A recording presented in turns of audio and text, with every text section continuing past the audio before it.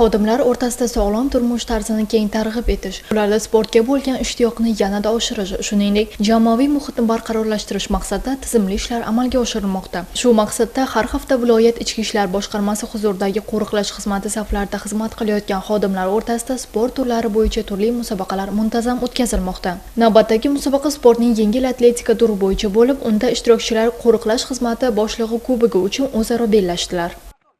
Yengil atletika musobaqasi yuqori ruh va katta raqobat ostida o'tdi. Ishtirokchilarimiz har biri o'z ustida jiddiy ishlaganini va tayyorgarlik ko'rganini amalda ko'rsatdi. Nafaqat tezlik, kuch sinovi, balki iroda, intizom va sabr sinovi bo'ldi desak ham bo'ladi. Bunday musobaqalarni o'tkazilishdan maqsad xodimlarimiz o'rtasida sog'lom turmush tarzini keng targ'ib qilish va sportga bo'lgan qiziqishlarni yanada oshirishdan iborat. Musobaqada 10 jamoadagi xodimlar 100 metrdan 1000 metrgacha hamda shved estafetasi yo'nalishlarida o'zaro bahs olib borishdi. Yakuniy natijalarga ko'ra 3-o'rinni qo'riqlash xizmati alohida batalyoni, 2-o'rinni Karmana tumani qo'riqlash xizmati xodimlari qo'lga kiritdi. Qo'riqlash xizmati boshlig'i kubogi esa Navoiy shahar qo'riqlash xizmati jamoasiga nasib etdi. Tadbir so'ngida g'oliblarga diplom, medal, qo'riqlash xizmati boshlig'i kubogi va esdalik sovg'alari topshirildi.